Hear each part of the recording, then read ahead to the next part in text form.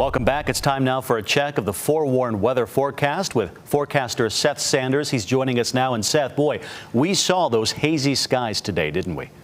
Yeah, we certainly did see those hazy skies, especially if you were in Salt Lake. I want to show you this time lapse of that Sandhurst fire. Burned over 200 acres. You're going to want to wait because you see that smoke. Whew, really thick smoke there.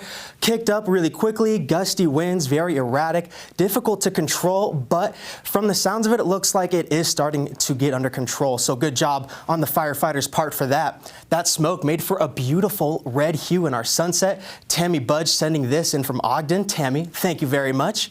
And that smoke holds on into tomorrow. Box Elder County and counties along the Wasatch Front are in the unsafe for sensitive groups category, and everywhere else is in the moderate air quality. And that's not just smoke, that's also ozone, which is really bad for your lungs.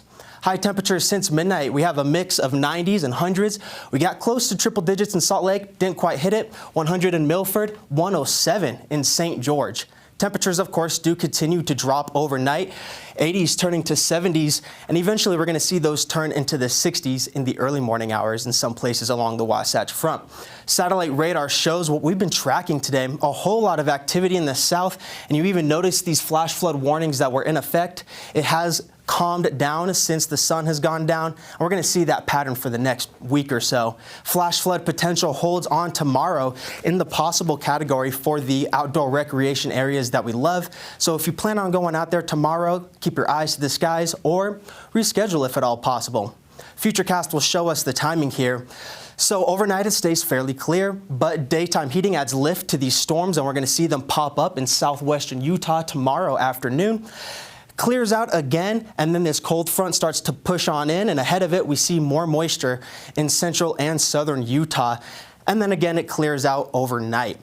Why is this happening? Well, we have high pressure in control, a monster high pressure ridge going all the way up to Canada. This is acting as a storm block for northern Utah, cutting off these systems from the north, but southern Utah is still getting the moisture from the monsoon flow.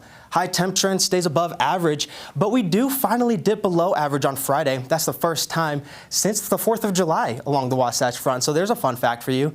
St. George also stays about 5 to 10 degrees above average for the next few days.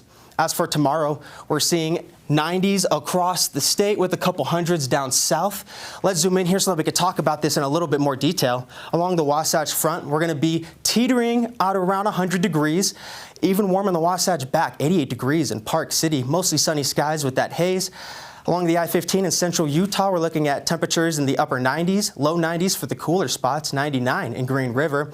Southern Utah, the chance of wet weather is higher, 108 in St. George. Sorry, but that's a little bit too hot for me.